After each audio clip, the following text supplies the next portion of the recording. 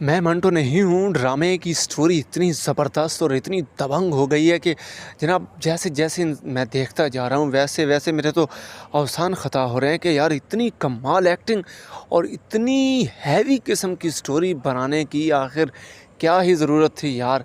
मतलब कि यहाँ तो लो बजट ड्रामे भी चल रहे थे। अब आगे वाले एपिसोड में फाइनली फ़रहाद ने अपने बाप के सामने ये इस बात को तस्लीम कर लिया है कि मैंने ही बड़े हज़रत का कत्ल किया था और अब अगर आप मुझे अरेस्ट नहीं करवाते तो मैं छोटे हज़रत को कत्ल कर दूंगा, उसे मैं मार दूंगा। और छोटे हज़रत साहब अपने बाप को मरवाने के बाद इतने दिलेर हो चुके हैं कि उसने फ़रहाद से कहा है कि अगर तुम मुझे मारना चाहते हो तो देखते हैं फिर तुम मुझे मारते हो या मैं तुम्हें मारता हूँ, तुम अपनी खैर मनाओ फ़रहाद मियाँ। फ़रहाद ने फिर अपना काम कर दिखाया क्योंकि वो तो है ही विलन।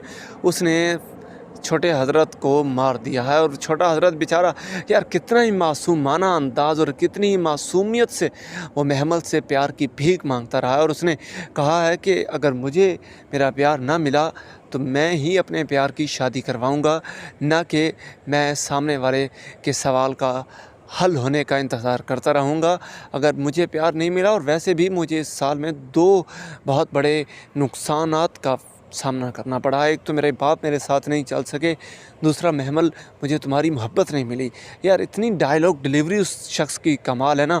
और फिर आ गए हैं हमारे वो दूसरे सिराज अमृत सरी साहब। सिराज साहब ने कहा है कि जी अब सुलहनामे पर तो साइन करने का जवाज़ बनता ही नहीं है। अब मैं अपना हिसाब किताब पूरा करूँगा।